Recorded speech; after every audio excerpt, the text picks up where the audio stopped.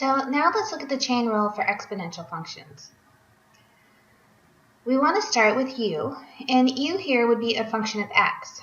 Then when we go to take the derivative of e raised to the power u, we will get back e to the u times the derivative of u. Okay, so let's look at some examples to really see what this means. So let's say I gave you f of x is e raised to the 4x plus 3. When I take the derivative, I'm going to start by rewriting e to the 4x plus 3. Then I'm going to multiply by the derivative of 4x plus 3, which is just 4. That looks a little funny having e to the 4x plus 3 times 4, so I'm just going to move that 4 to the front, and now we have 4e to the 4x plus 3.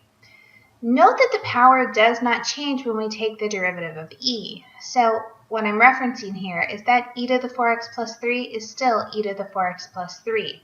I don't do anything to the exponent. That 4x plus 3 will stay the same. I won't add anything. I won't multiply anything. I won't be dividing by anything. I just leave it alone. So let's try again. This time I gave you 3e to the x squared plus 5x minus 2. So our first step, once again, is just rewrite it. So I have 3e to the x squared plus 5x minus 2. I'm going to multiply by the derivative of the exponent. So my exponent was x squared plus 5x minus 2. That derivative will be 2x plus 5. And we're done. You don't need to multiply the 3 through. There's nothing I need to move to the front. I would just leave it and go to the next problem. All right, so let's change the look. This time I gave you f of x is 6 over e to the 5x plus 4. Pay attention to what is raised to a power. Here, the 5x is the power. The 4 is just a number added after. And notice that the 6 in the numerator doesn't have a variable at all. So instead of rewriting this and using the quotient rule and making it really hard, I'm just going to bring that power of -1 up. So this will let me use the chain rule. So here I have 6e to the 5x plus 4 raised to the -1. Now here when I'm doing the chain rule, it's kind of like the generalized power rule. So what you're going to see first is that -1 is going to come down. So I brought down 6 times -1, I have -6. I have e to the 5x plus 4 that I didn't change at all, but I will subtract 1 from the exponent, so now I have -2.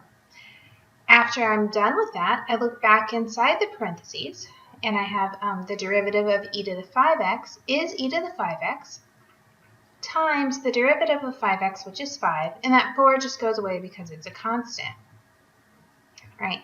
So here I've doubled up on the chain rule. I have one part going on here that was from this exponent when I pulled this up. That's my first chain rule part. And then taking the derivative of e to the 5x, here's my second chain rule part. All right. Let's make that look a little prettier. So -6 times 5 gives me -30. I'm going to leave that e to the 5x there. And then this -2, well, negatives really belong in the denominator, so let's put it down there because now I have this nice little answer instead of a long strung out thing. All right. Let's look if I changed it instead of e to the u, if I had b to the u. So u is still a function of x. Here b is greater than 0, not equal to 1, just like any exponential function I talk about. My derivative here would be b to the u times the derivative of u, then times the natural log of the base. All right, so let's start easy. Let's say I gave you f of x is 3 to the 4x plus 5x. So once again, 3 to the 4x, I write 3 to the 4x. The derivative of 4x is 4, and then I multiply by the natural log of the base. Okay, the 5x is just 5, so I have plus 5. Nothing to simplify here. I cannot multiply the 3 and the 4 together. I can't do anything with the natural log, so no matter if you think it looks ugly, don't worry about it. Ugly will be okay in here. Leave it like this, go on to the next one. So here is my next one. Very similar. I have 7 to the 2x plus 9 to the 4x. Here I just want to kind of pound in that idea of what do I do with the derivative.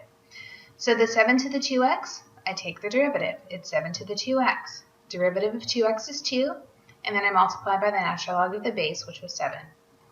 Same thing with the 9 to the 4x. I have 9 to the 4x again. Derivative of 4x is 4, and then the natural log of the base, which was 9. Once again, done. Nothing to simplify. It's exactly how I want it. Okay, a little bit bigger. I have 8 to the x squared plus 3x minus 11. Okay, when I take the derivative, the first thing I do is just rewrite the whole thing. So I still have 8 to the x squared plus 3x minus 11. Then I have multiply that by the derivative of the exponent. So x squared becomes 2x, the plus 3x becomes plus 3, the 11 goes away. My last part on this one is multiply by the natural log of the base. My base was 8, so I multiply by the natural log of 8. Again, leave it alone, it's completely done. All right, a little bit bigger. Here's some like chain again. I have this parenthesis to the third power, which is my first chain, and then inside I'll have a second chain from that 5 to the 9x. So let's start with this 3 out here. Just bring it down. Write the 5 to the 9x plus 3x to the fourth alone. Drop the power down to 2. Then inside the parentheses, I'm taking the derivative. So the 5 to the 9x is again 5 to the 9x. Derivative of 9x is 9. Natural log of the base, which was 5. The 3x to the fourth becomes 12x cubed.